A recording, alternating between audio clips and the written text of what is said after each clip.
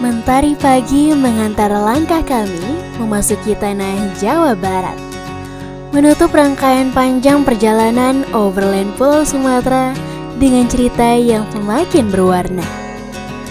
Di Kabupaten Subang, kami menikmati suasana desa yang hangat, mencicipi manisnya nanas madu, hingga disambut hamparan hijau kebun teh yang menenangkan. Perjalanan membawa kami menuju Taman Wisata Alam Gunung Tangkuban Perahu. Tempat kabut, hutan pinus, dan kawah berasap menciptakan nuansa magis yang sulit dilupakan.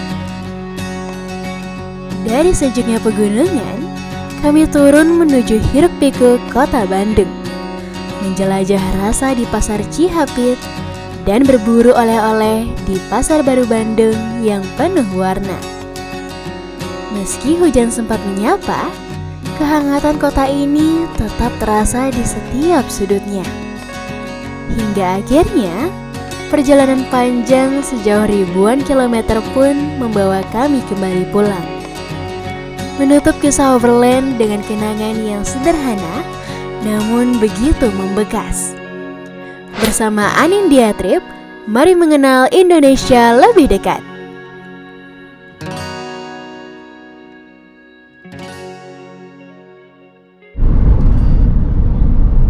Pagi ini perjalanan ke Bandung. Pagi-pagi. Pukul 6 pagi, kami memulai perjalanan menuju Provinsi Jawa Barat. Ini merupakan provinsi terakhir yang kami kunjungi serangkaian perjalanan overland Pulau Sumatera. Selepas melintasi jalan tol sejauh 126 km, akhirnya kami sampai di Kabupaten Subang, Jawa Barat. Ayahku memperlambat laju kendaraan, bukan semata karena jalanan mulai dipenuhi warga yang mengais rezeki, namun juga agar kami dapat menikmati suasana pagi di Kabupaten Subang. Subang merupakan salah satu penghasil nanas madu di Provinsi Jawa Barat. Di beberapa ruas jalan, terlihat masyarakat menjual hasil panennya. Kami sempat berhenti sejenak untuk membelinya. Tuh, dagangnya mana? Oh, bingung saya. Ini nanas madu ya sampai dicari lebah ya? Iya.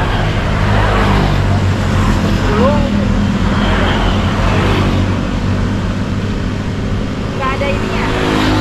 Gak ada. Berikutnya, hamparan hijau kebun teh menyapa dengan ramah. Meskipun cuaca pagi nampak berawan, namun hal tersebut tidak mampu untuk menghalangi indahnya pemandangan. Suasana tenang dan damai begitu terasa ketika kami melintas di sini.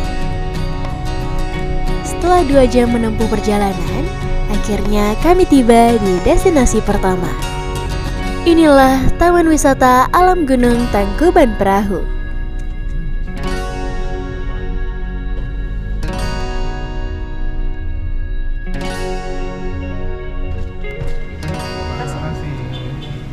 Selepas membeli tiket masuk, kami dipersilahkan menuju tempat parkir. Butuh 15 menit perjalanan dengan rute menanjak yang disertai dengan tikungan-tikungan tajam. Bagi pengunjung yang menggunakan bus, disediakan tempat parkir khusus. Untuk selanjutnya, para pengunjung akan diantar ke destinasi menggunakan shuttle bus.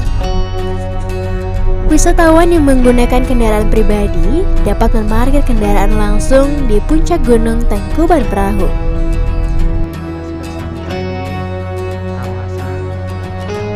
Akhirnya kami pun sampai. Kami mulai mengeksplor keindahan Gunung Tangkuban Perahu, menikmati setiap sudut serta spot-spot foto favorit.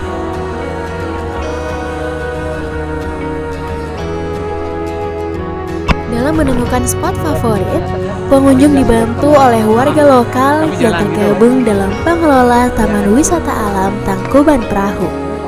Mereka dilengkapi dengan kartu anggota.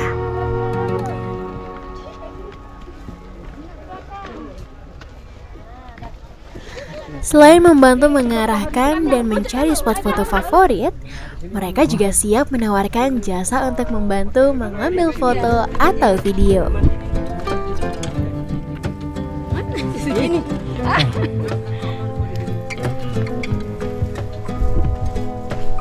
Pengunjung dapat membeli souvenir yang mereka jual sebagai kompensasi atas jasa mereka. Kami di mana, Pak?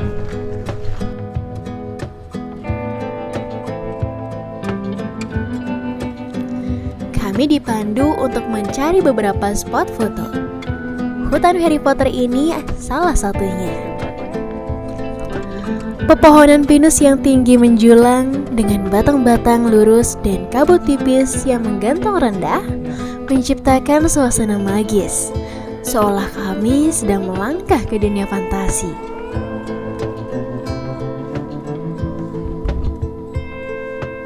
Semakin mendekat ke kawah, suasana berubah.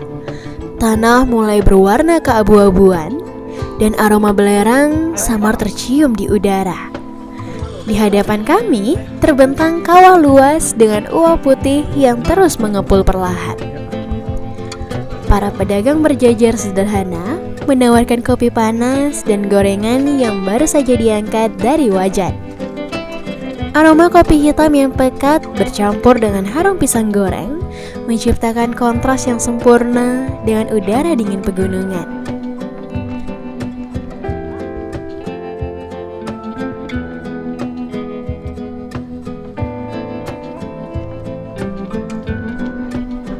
Pisang goreng dibuat sendiri di sini. Iya. Berapa satu harganya? Pisang 8.000. Ini asam kecil. Yang gitu. Yang tanpa gula ada?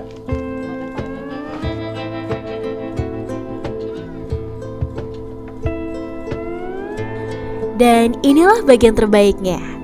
Duduk sejenak, menggenggam secangkir kopi hangat, lalu menyeruputnya perlahan sambil memandang kawah yang luas di depan mata.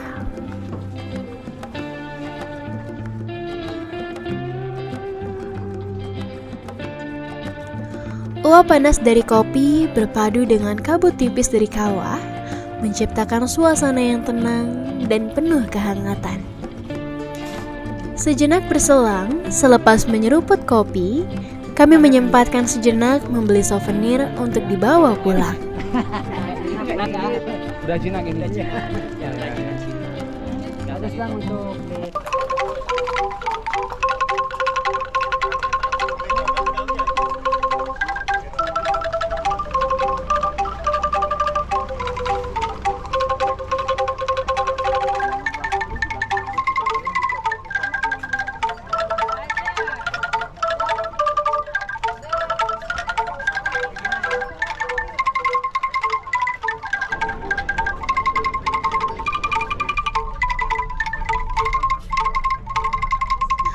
Puas berwisata di Taman Nasional Tangkuban Perahu, kami melanjutkan perjalanan menuju kota Bandung.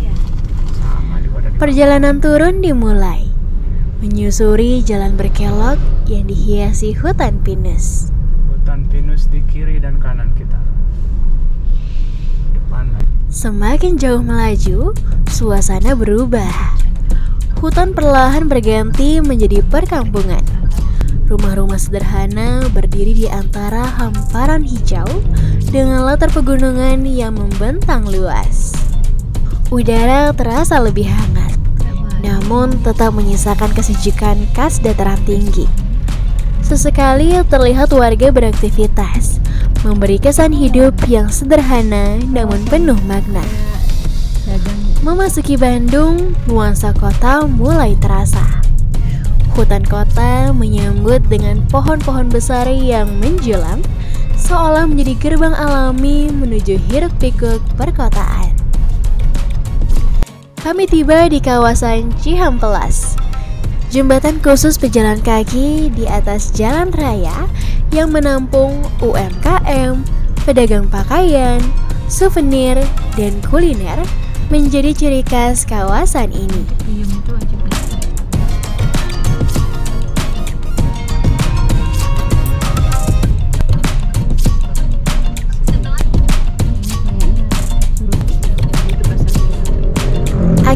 kami tiba di Pasar Cihapit. Aroma makanan langsung menyambut begitu kaki melangkah masuk. Berapa? Apa isinya, Pak? Yang 15 dulu. 3 ribuan. Enak manis sih, tepung beras bagus aren, pakai santan enak ke perut. Ini ongol-ongol aci kabung nih. Ini bukan sekedar pasar, tapi surga kecil bagi pencinta kuliner Bandung. Dari jajanan tradisional hingga hidangan legendaris, semuanya menggoda untuk dicoba.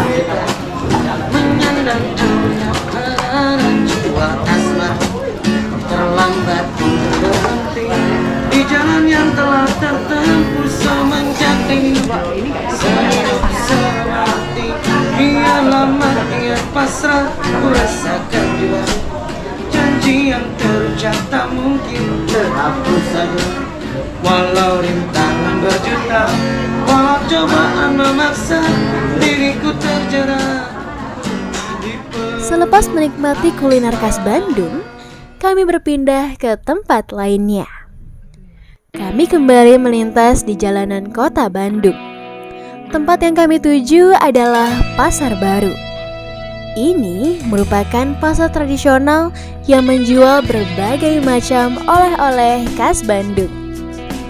Salah satu yang menarik di pasar ini adalah dari tempat parkirnya yang kita bisa melihat view pegunungan dan juga suasana kota Bandung dari ketinggian.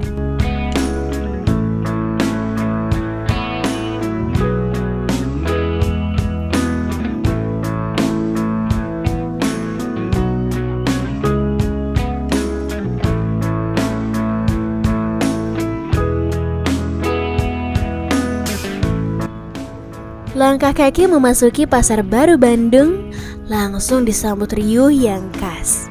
Suara tawar-menawar, sapaan hangat pedagang, dan aroma kain baru yang bercampur dengan wangi jajanan. Lorong-lorongnya dipenuhi deretan toko yang menjual beragam oleh-oleh khas Bandung.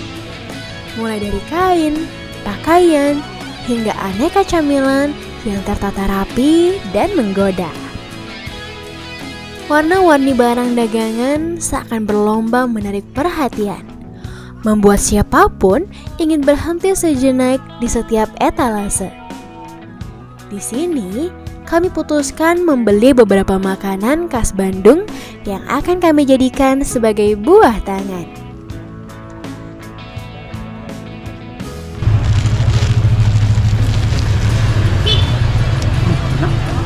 Semua serba ikan kita beli ya. Kan asalnya beda-beda.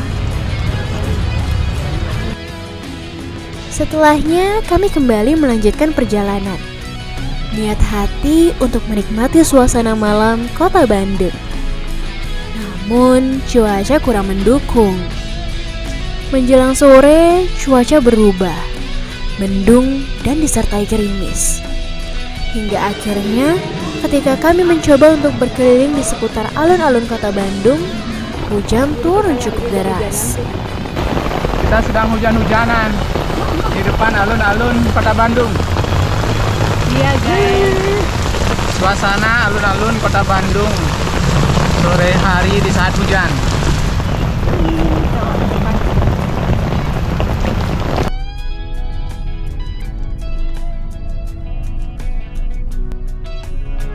Akhirnya kami putuskan untuk bergegas menuju hotel tempat kami menginap.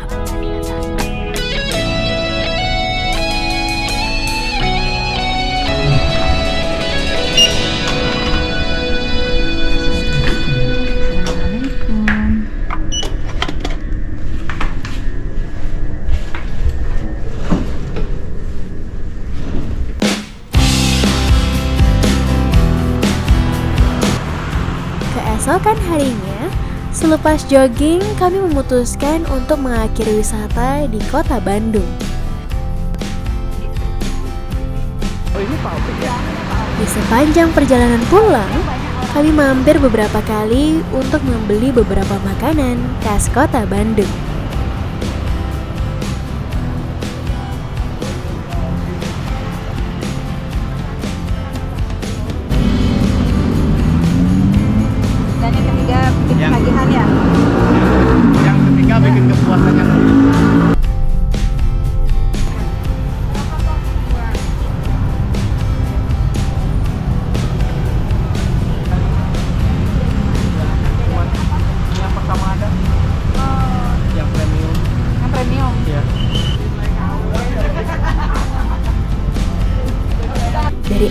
awal hingga akhir, Bandung memberi pengalaman yang lengkap.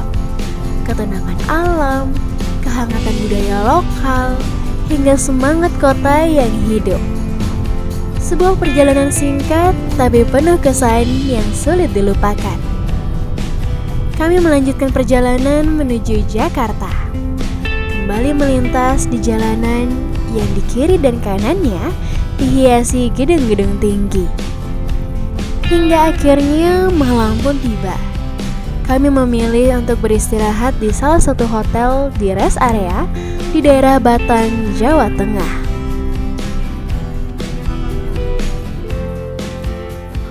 Uniknya, menginap di sini rate dihitung per jam. Semakin lama menginap, makin besar juga sewa kamarnya.